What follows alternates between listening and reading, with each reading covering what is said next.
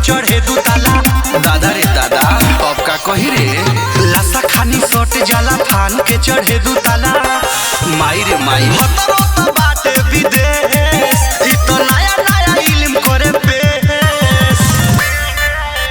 छिनारा देवारे रे देवारे रे देवारे रे देखावे अजगर रे गोरे रे गोरे।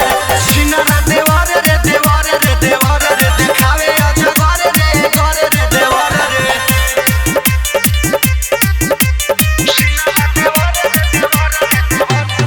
ये संगीत रिकॉर्डिंग स्टूडियो दिल्ली। कोहे का सकबा आधा हो हकबा, छकले रहता दुआरी रे। आहा नाच देता साड़ी खोल के केवाड़ी, करेला हमसे रंगदारी रे। हरदम सटल चाहे दूर ना हटल चाहे, हरदम सटल चाहे दूर ना हटल चाहे। रे रे दिलवा को देई के चोट, धरावे लागे नमरी के नोट। छिनारा देवारे रे देवारे रे देवारे रे देखावे अजगर रे गोरे रे गोरे। छिनारा देवारे रे देवारे रे देवारे रे देखावे अजगर रे गोरे रे देवारे रे। ये संगीत रिकॉर्डिंग स्टूडियो दिल्ली।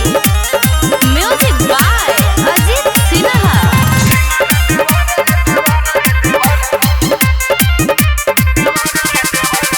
लागो तलाज कोही काया, छपता निहर दिया चुना रे।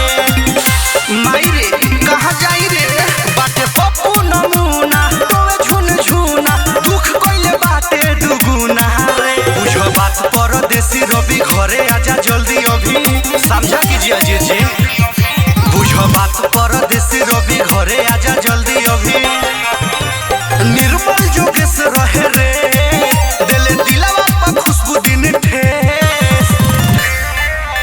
छिनारा देवारे रे देवारे रे देवारे रे देखावे अजगर रे गोरे रे गोरे। छिनारा देवारे रे देवारे रे देवारे रे देखावे अजगर रे गोरे रे देवारे रे। लाशा खानी सट जाला फान के चढ़े दू ताला। माई रे माई हतरो तो बाटे विदेश, इ तो नया नया इल्म करे पेश। छिनारा देवारे रे देवारे